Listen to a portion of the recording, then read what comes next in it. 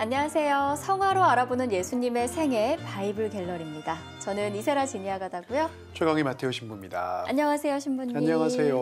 네, 반갑습니다. 오랜만에 네. 시작하자마자 네. 숙제 검사 한번 해볼까요, 신부님? 왜 갑자기 숙제 검사를 해요, 오늘은? 네, 심심했어요. 원래 이런 건 기습이잖아요, 신부님. 아니, 그래도. 지난 시간은 네.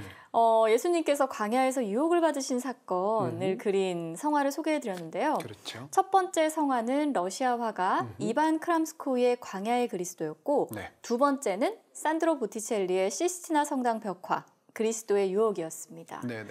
방송 말미에 신부님께서 말씀을 하셨던 게 성경을 보면 예수님께서 성령에 이끌려 광야로 가셨다라고 기록되어 있는데 왜 성령께서는 하필이면 거칠고 외롭고 고통스러운 시간이 기다리고 있는 광야로 예수님을 이끌으셨을지를 생각해 보자고 하셨어요. 굉장히 잘 기억하고 있네요. 그럼요. 네. 그래서 그 부분에 그러면 해보셨어요? 했죠, 신부님. 저는 정말 너무하다는 생각이 들었어요. 누가 너무해요? 당연히 하느님이죠. 네. 하느님께서 사랑하는 사람을 대하는 방식은 저의 관점에서는 조금 이해하기 힘든 부분도 있다. 이런 생각을 해봤는데요. 네. 뭐 사랑하는 아들, 내 마음에 드는 아들인데 왜 그렇게까지 예수님을 극한으로 모셨을까? 고통을 허락하는 게 하느님의 사랑법인가? 이런 생각이 좀 들었고 네. 일단 이게 첫 번째로 한 생각이고요. 네네. 다음으로는 그렇다면 예수님은 광야에서 어떤 시간을 겪으셨나 이걸 또 생각해 봤어요. 뭐 너무 힘드셨겠죠? 네. 이 시간이 언제 어떻게 끝날지도 모르겠고 괴로웠을 텐데 부정할 수 없는 건 근데 결국 그 시간이 예수님께는 하느님에 대한 믿음을 굳건히 하는 시간이 됐다는 거거든요. 뭐 하느님의 아들이기 때문에 이미 예수님은 믿음이 완성이 되어 있을 수도 있지만 네. 또 인간의 심성이나 육체를 가지고 태어나신 분이기 때문에 약함도 가지고 계셨을 거라고 생각을 하거든요. 네. 그런 약함을 극복하고 유혹을 물리치면서 하느님에게 가까이 가셨던 시간, 그 시간이 바로 광야, 그 유혹의 시간이 아니었을까 이런 생각을 해봤죠. 그렇게 보면 하느님께서 성령을 통해서 예수님을 네. 광야로 이끄신 건 어쩌면 시련을 통해 하느님에 대한 믿음을 더 굳건하게 가질 수 있는 그런 기회를 주신 거다 이렇게 생각해 볼 수도 있겠네요. 아니 뭐 또 그렇게 생각하면 또 그런데 그래도 좀 이제 서운하다는 거죠. 저는 뭐 이제 언제나 이런 생각을 이런 얘기를 또 자주 신부님한테도 하잖아요. 네네. 마음 편한 게 최고다. 근데 마음 좀 편하게 해주시지 왜 굳이 광야를 허락하셨나 이런 생각? 아주 뭐 속된 생각? 할 수 있잖아요, 신부님. 생각은 할 수 뭐 있잖아요. 속된 생각이 아니라 우리 삶에 살아가는 모습이 있죠. 네. 근데 이런 생각을 좀 해봐요. 우리가 삶에서 굉장히 중요한 결정이나 또 삶의 중요한 상황을 앞두고는 굉장히 애를 쓰고 고민을 하고 네. 또 공을 들이잖아요. 네. 하나하나의 행동에도 그 각 하나하나의 행동에 의미를 담게 되고 네. 모세도 하느님과의 계약을 앞두고 40일 동안 준비 시간을 가졌고요. 공식적인 구세주의 길을 앞두고 뭐 어떤 면에서는 당신께서 40일 정도의 피정을 하셨던 게 아닐까 네. 이런 생각도 좀 들고요. 또 다른 면에선 온전한 침묵, 온전한 고요 안에서 당신만을 생각하면서 묵상할 수 있는 것이 또 광야는 아닐까. 뭐 이 부분은 진양아도 별로 생각하고 싶지는 않겠지만 우리에게 고통이 없으면 우린 보통 당신을 안 찾게 되는 것 같아요. 어려움이 있어야 성장을 하고 우리의 약함과 또 한계 속에서 전능하신 그분을 더 잘 알아보게 되는 것은 아닌가 이런 생각이 저는 들어요. 네. 굉장히 저의 묵상을 좀 부끄럽게 만드는 신부님의 별로 대답. 마음에는 안 들 수 있지만 그런 것 같아요. 네, 알겠습니다. 바이블 갤러리 오늘이 벌써 12회차인데요. 네. 오늘은 예수님께서 제자들을 부르시는 장면을 그린 성화를 소개해드리려고 합니다. 바로 그림으로 들어가 볼게요. 네. 첫 그림은 이겁니다. 라파엘로가 그린 고기잡이 기적인데요. 라파엘로는 전에도 저희가 한번 같이 봤던 적이 있잖아요. 맞습니다. 초원의 성모도 네. 그렇고 색채가 굉장히 밝고 부드럽고 특별히 성모님을 굉장히 아름답게 이렇게 그런 자태들을 잘 표현했던 화가로 소개했던 그런 기억이 나는데요. 네. 근데 이 그림은 좀 많이 다르네요. 네. 그거는 이제 나중에 뒤에 가서 또 말씀을 드릴 텐데 네. 이 그림의 목적 자체가 어디에 있었는지를 이제 알게 되면 네. 왜 기존의 라파엘로 그림과 조금 다르다 이렇게 생각을 하셨던 게 네. 궁금증이 또 풀리실 것 같아요. 이 그림은 말씀드린 것처럼 초원의 성물을 그린 바로 그 라파엘로의 그림인데요. 네. 성경의 유명한 장면 이제부터 너는 물고기가 아니라 사람을 낚을 것이다 라고 예수님이 말씀하시면서 네. 베드로 사도를 제자로 부르셨던 장면을 그리고 있습니다. 첫 제자의 부르심 그 장면을 그렇습니다. 이야기하는 거군요. 네. 네, 네. 이 그림은요. 애초에 회화 작품으로 남기기 위해서 그려진 건 아니고요. 테피스트리를 위한 디자인용으로 그려진 거거든요. 테피스트리요? 네. 그게 뭔지 좀 먼저 좀 설명해 주시겠어요? 네. 제가 잘 몰라서. 네, 테피스트리는 색실을 짜서 만든 직물로 벽에 걸어놓는 거예요. 어떤 직물로 건지 그려진. 네, 네. 그 자체가 하나의 예술 작품이 되기도 하고 네. 일상의 그런 장식품이 되기도 하고 뭐 그런 건데요. 네네. 특히 유럽에서는 시기별로 조금 편차가 있기는 하지만 13, 14세기부터 18세기까지도 아주 중요한 예술 양식의 하나로 자리를 잡으면서 성당 내부를 장식하기도 했습니다. 네. 그 이후부터는 사실 회화가 테피스트리를 대체하게 되죠. 저는 그래서 이렇게 보면 회화 전에는 당연히 프레스코화만 있는 줄 알았는데 네. 테피스트리? 네. 네. 그게 차지한 영역도 그리고 끼친 영향이 상당히 크군요, 생각보다. 그렇죠. 네, 회화 이렇게 공존하다가 점점 이제 회화에 조금씩 밀리게 된 거죠. 라파엘로의 고기잡이 기적은 교황 레오 10세가 네네. 시스티나 성당에 걸 테피스트리를 제작하기 위해서 라파엘로에게 디자인을 의뢰한 거거든요. 이것도 시스티나 성당에 또 걸린 네, 시스티나 성당입니다. 네네. 가로 길이만 거의 4m에 달하니까요. 상당히 큰 테피스트리를 준비했던 듯 보여요. 지금 이렇게 이야기를 하다 보니까 특별히 그 바티칸 박물관 갔을 때 하나의 전시홀 자체가 이 테피스트리로 이루어졌던 그 네. 홀을 본 기억도 사실 나네요. 네네. 그리고 이 그림을 그림이라고 표현하는 게 맞죠? 네, 그렇죠. 그림의 내용을 간단히 이렇게 좀 보면서 생각을 해보니까 배가 두 척이 보이고요. 네. 두 배의 상황은 근데 좀 많이 달라 보이네요. 네. 아마도 왼편의 배가 예수님과 시몬 베드로, 네. 그 안드레아 형제들이 이렇게 타고 있는 걸로 보이고 네. 오른쪽 배는 다른 이들로 보이는데 고기를 잡는 일에는 전혀 관심이 없어 보여요. 네, 그렇죠. 네. 여전히 고개를 숙이고 고기를 끌어올리는 데만 열중을 하고 있는 걸로 보이는데요. 네. 근데 이 장면도 사실은 성경의 내용을 반영을 하고 있는 거죠, 신부님? 네네, 네. 그렇죠. 뭐 루카복음을 보면 예수님께서 호숫가에서 군중들에게 이제 먼저 설교를 하시다가 네. 호숫가에 있는 배 두 척을 보시고 네. 그 중에 하나가 이제 시몬 베드로의 것이었으니까 시몬의 배에 올라타셔서 설교를 이어가시죠. 네. 그래서 그 설명들 말씀을 다 마치시고 난 다음에 시몬에게 깊은 데로 나가서 그물을 내려보라고 하시는데 네. 이때 시몬이 하는 이야기가 좀 재밌어요. 우리가 밤새도록 애썼지만 한 마리도 못 잡았다라고 그러면서 난색을 표하거든요. 네. 평생 고기를 잡았던 전문가가 오늘은 날이 아니다 이렇게 그렇죠. 표현을 하고 있는 거죠. 네, 네. 그러면서 어찌 보면 이 비전문가인 예수님의 말씀을 또 듣고 그것에 따라서 또 그물을 던집니다. 네. 저는 이 성경 구절을 보면서 어떤 마음으로 그물을 던졌을까 이런 생각도 사실 들기는 하는데요. 네. 결국 그물이 찢어질 만큼 많은 물고기가 잡혔다라는 것이 이게 이제 성경의 말씀이죠. 네. 저는 이때 네. 이 시몬 베드로가 했던 말이 참 인상 깊거든요. 주님, 저에게서 떠나 주십시오. 저는 죄 많은 사람입니다. 네. 이런 말을 하잖아요. 네네. 정말 그 가끔 성경은 그 어떤 문학 작품보다 더 문학 같고 사람의 마음을 깊이 흔들어 놓는다 뭐 이런 생각이 드는데 네네. 시몬의 이 말 한마디가 시몬이 느꼈을 두려움의 감정을 고스란히 전해주는 것 같고요. 또 갑자기 무슨 방언이 터지듯이 급작스럽게 묻지도 않았는데 자기가 죄인이라고 고백하는 순간도 저는 또 참 인상 깊더라고요. 네. 예. 뜬금없기는 것처럼 느껴지기도 하지만 그 고백이 담고 있는 네. 말은 참 여러 가지로 마음에 남는 것 같아요. 그래서 그런지 베드로 사도는 이 성화에서는 예수님과 가장 가까운 곳에서 네. 가장 분명한 감정을 드러내고 있는 모습으로 그려진 것으로 보이고요. 그러면 이 오른쪽 배에 있는 이들은 누굴까요? 저는 사실은요 제베데오의 아들 야고보와 그의 동생 요한, 그러니까 제베데오까지 네. 이 세 사람을 그린 걸까 네네네. 처음에는 사실 그 생각을 했어요. 네.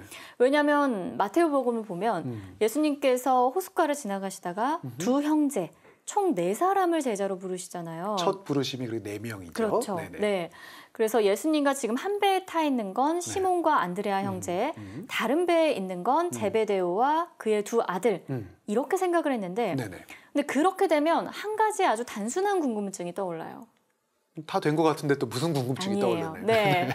이들이 만약 그 야고보와 요한이라면 네. 왜 작가는 이들에게 후광을 그려놓지 않았을까요? 아, 그러고 보니까 2사람 그리고 네. 실질적으로 뭐 3사람은 후광이 없네요. 네네. 시몬과 안드레 형제에게는 분명히 그려져 있는 후광이 이들에게는 없다. 네. 보통 그 성인이나 네네. 뭐 예수님이나 성모님은 후광으로 존재를 드러내는 그렇죠. 경우가 많잖아요. 그걸 통해서 우리가 알아볼 수가 있죠. 네. 그렇다면은 그냥 오른쪽 배에 탄 이 사람들은 시몬의 동료들 뭐 이 정도로 봐야 되나 하는 생각도 들었습니다. 뭐 동업자가로도 표현하니까 동료들은 네네, 맞아요. 맞겠죠. 네. 자, 루카복음을 아까 이제 설명을 했는데 루카복음을 보면 제베데오의 2 아들 야고보와 요한이 시몬의 동업자였고 네. 고기 잡기 기적이 일어나는 그 현장에 함께 있었다라고 나오거든요. 네. 그래서 물론 뭐 마테오와 마르코도 마찬가지고요. 4대 복음서 중에서 요한을 제외하고서 나머지 이 3 복음서에서는 예수님께서 처음에 4 제자를 4 어부였던 이 제자들을 부르셨다라고 네. 이야기를 합니다. 네. 그래서 아마도 이 그림에 등장하는 이들은 분명 제베데오의 그의 2 아들들일 가능성이 높을 겁니다. 네. 그런데 만약 이들이 야고보와 요한이 맞다면 네. 왜 작가는 후광을 그려내지 않았을까? 이 질문을 던질 수 있을 것 같아요. 네, 그렇죠. 근데 저는 여기에 어떤 의도를 담아내지 않았는가 이런 생각이 좀 들어요. 그림을 찬찬히 보면, 성화를 찬찬히 보면 이들이 아직은 예수님을 따를 준비는 안 돼 있는 것 같습니다. 예수님의 부르심보다는 지금 어마어마하게 잡혀있는 이 물고기들, 밤새 애썼는데 한 마리도 안 잡혔다 그랬잖아요. 네. 그래서 그 물고기들을 배 위로 끌어올리느냐고 정신이 없죠. 네. 눈앞에 보이는 당장의 이익에 현실에 더 몰두한 모습이고, 그래서 아직 야고보와 요한은 베드로와 안드레아와 같은 그런 상태에는 이르지 못했기 때문에 후광을 그리지 않은 게 아닐까? 이런 생각이 좀 드네요. 네. 그러면 오른편 배에 탄 사람들이 야고보와 요한이 맞다면 그러면 왜 이 형제들은 시몬과 안드레아 형제와는 다르게 아직도 예수님이 아니라 고기에 열중을 하는 걸까요? 라파엘로한테 물어봐야 될 것 같은데요. 글쎄 왜 그렇게 표현했을지는 뭐 저도 정확하게는 알지 못하겠지만 우리가 성경의 구절들을 보면 그 단서는 찾을 수 있을 것 같습니다. 마르코 복음서를 보면 예수님께서 배에서 그물을 손질하고 있었던 제베데오의 아들 야고보와 그의 동생 요한을 보시고 곧바로 그들을 부르셨다라고 얘기하죠. 네. 그러자 그들은 아버지 제베데오를 사꾼들과 함께 배에 버려두고 그분을 따라 나섰다라고 표현하고 있거든요. 여기서 알 수 있는 건 야고보와 요한이 적어도 시몬 안드레아의 집안보다는 훨씬 더 부유했다라는 걸 생각해 볼 수 있을 것 같아요. 네. 사꾼들을 부릴 여유가 네, 있었던 네. 거니까. 가업처럼 어부일을 했었고 나름 규모가 있게 또 벌이가 좋았다라고 생각해 볼 수 있는데, 그런 배경을 한번 좀 연결해 본다면 지금 하고 있는 일들, 이 세속적인 일들이 부르심 앞에서도 훨씬 더 망설임 혹은 상대적으로 더 큰 이들이 이 2 사람으로 표현하고 싶지 않았을까라는 생각이 좀 드네요. 네. 이 그림은 뭐 루카와 마르코와 마테오 복음을 왔다 갔다 하면서 살펴보는 뭐 그런 재미가 또 있는 것 같습니다. 저는 무엇보다도 이 라파엘로의 그림에서 그렇게 우리가 지금 이렇게 하나씩 찾아보는 그런 관점으로 보자면 3 부류의 인간 유형을 찾을 수 있지 않을까라는 생각이 네. 들어요. 시몬과 안드레아처럼, 물론 나중에 뭐 예수님을 다 따르긴 하지만 시몬과 안드레아는 여기서 즉각 예수님께 시선을 돌리고 고기를 잡는 것보다 예수님을 따르는 일이 더 중요하게 표현이 되어 있고요. 오른편의 배에 탄 3 사람, 예수님을 알아는 봤지만 여전히 아직은 고기에 몰두하고 있는 사람들이 될 수 있을 것 같아요. 그리고 마지막으로 저 뒤편에 정확히 잘 보이진 않지만 강 너머에 3, 3, 5 이렇게 모여있는 그런 여러 사람들이 보이는데요. 예수님께로 가까이 갔을수록 사실은 그분이 누구신지를 더 잘 알아본 사람들이라고 할 수 있겠고, 네. 저 멀리 있는 사람일수록 예수님의 부르심 앞에서도 그냥 관심이 없는 네. 자신의 일상에 충실한 그런 사람으로 볼 수 있겠죠. 우리가 지금 이 세 부류의 사람 중에서 나는 어디에 있는지, 어떤 부류에 속해 있는지를 생각해 보는 것도 되게 좋을 것 같다라는 생각이 좀 들어요. 네, 알겠습니다. 다음 그림도 이어서 소개를 해볼게요. 기를란다요가 그린 제자들을 부르심이라는 작품인데요. 네. 바티칸의 시스티나 성당에 있는 프레스코아인데요. 네네. 시스티나 성당에 가고 싶은 마음이 확 드는 것 같습니다. 네. 앞서 다른 두 작가의 그 시스티나의 성화들을 보여드리기도 했었고, 이제 바이블 갤러리를 시청하셨던 시청자분들은 이런 종류의, 이런 형태의 그림들, 성화들에는 굉장히 익숙해지지 않았을까라는 생각이 좀 드는데요. 한 작품 안에 여러 사건들, 복음의 여러 장면들이 한꺼번에 담기거나 등장인물들이 한 화면 안에 여러 번 등장을 하거나 이런 요소들, 이런 기법들이 이 성화 안에서도 역시 똑같이 드러나고 있는 것으로 보입니다. 네, 맞습니다. 당시에는 이런 교회 내부의 벽화를 통해서 성경의 내용을 관람자들에게 충실히 좀 전달을 하고자 했던 그런 목적이 있었기 때문일 텐데요. 네네. 그러니까 그림이 이 성경, 책의 역할을 하는 거죠. 마치 글을 못 보는 사람들한테 그 말씀을 직접적으로 전해주는 것처럼 네, 그 역할을 그렇습니다. 바로 성화가 하는 거군요. 네. 네네. 그림만 봐도 뭐 예수님의 생애를 알 수 있게끔 그렇게 제작이 되는 건데 네네. 이 그림에서는 예수님이 지금 총 3번 등장을 하고 있어요. 후광으로 확인이 가능하고요. 화면 왼편 원경에 작게 그려진 예수님이 네. 보이시죠? 네네. 이거는 파란 망토를 걸치고 계신데 시몬과 안드레아 형제를 부르고 있는 장면으로 보이고요. 네네. 반대편 화면 오른편 원경에서는 역시 예수님이 호숫가에 서 계시고 그 앞에는 3사람이 탄 배가 있습니다. 네네. 뒤에 앉아있는 한 사람에게는 후광이 지금 없고요. 그러게요. 나머지 2사람에게는 있죠. 네, 후광이 없는 사람은 제베데오이고 앞에 2사람은 그의 아들 요한과 야고보로 보입니다. 이제는 두 사람이 후광이 생겼군요. 맞습니다. 네. 그래도 이 그림에서는 확실하게 후광으로 내 어부들의 존재를 그리고 첫 제자들의 존재를 확실히 보여주는 것 네, 같습니다. 그렇습니다. 이제 마지막 가장 크게 그려진 예수님을 찾아볼게요. 네. 화면 중앙이겠죠? 네네. 네, 예수님 앞에 무릎을 꿇고 앉아있는 사람은 다시 등장한 시몬과 안드레아이고요. 지금 시몬 베드로는 양손을 가슴 앞에 교차해서 안고 있고 네. 안드레아 사도는 합장을 하고 있는데요. 다 버리고 나를 따라오라고 권했던 예수님께 보내는 응답이라고 할 수 있습니다. 네. 완전한 이런 순명의 제스처 뭐 이런 거겠죠? 예수님의 양 옆에 있는 이 장면을 보고 있는 군중들의 네. 모습이 또 저는 좀 눈에 들어오는데요. 성직자의 옷차림도 좀 보이고 네. 그래서 종교 지도자들이나 주요 인사들을 또 그려놓지 않았을까 싶어요. 네, 맞습니다. 사실 그 베드로 사도가 등장하는 이 성화에 네. 슬쩍 당시의 교황이나 사제들을 함께 그려넣는 데에는 분명한 목적이 있거든요.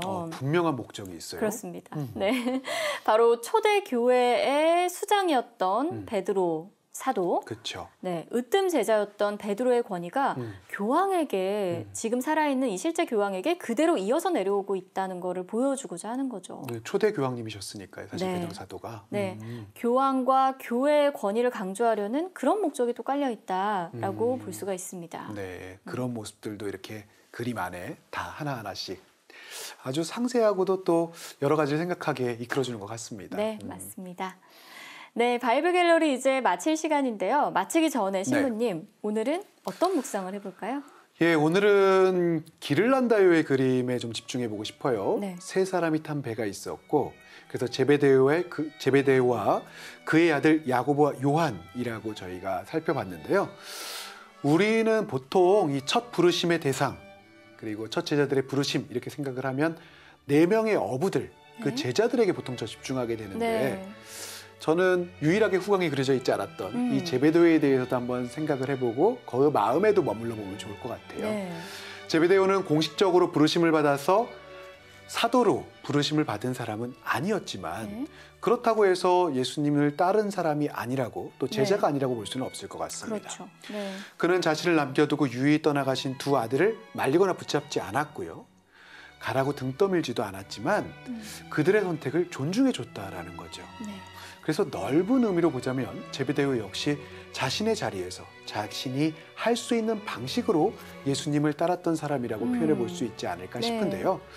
우리의 삶 속에서 예수님을 따르는 방식은 어떤 것이 있을지 뭐 항상 다 모든 것을 버리고 따를 수는 없잖아요. 네. 각자의 모습 안에서 어떻게 따를 수 있는지를 생각해 보면 좋겠고요. 동시에 모든 것을 버리고 나를 따르라고 말씀하시는, 때로는 용기 있는 결단을 요청하시는 예수님의 목소리가 들려온다면 그것을 나는 어느 정도 수용할 수 있겠는지 그 부분도 한번 생각해 보면 좋겠습니다. 네, 알겠습니다. 바이블 갤러리 오늘 순서는 여기까지입니다. 저희는 다음 시간에 다시 인사드릴게요. 고맙습니다. 고맙습니다.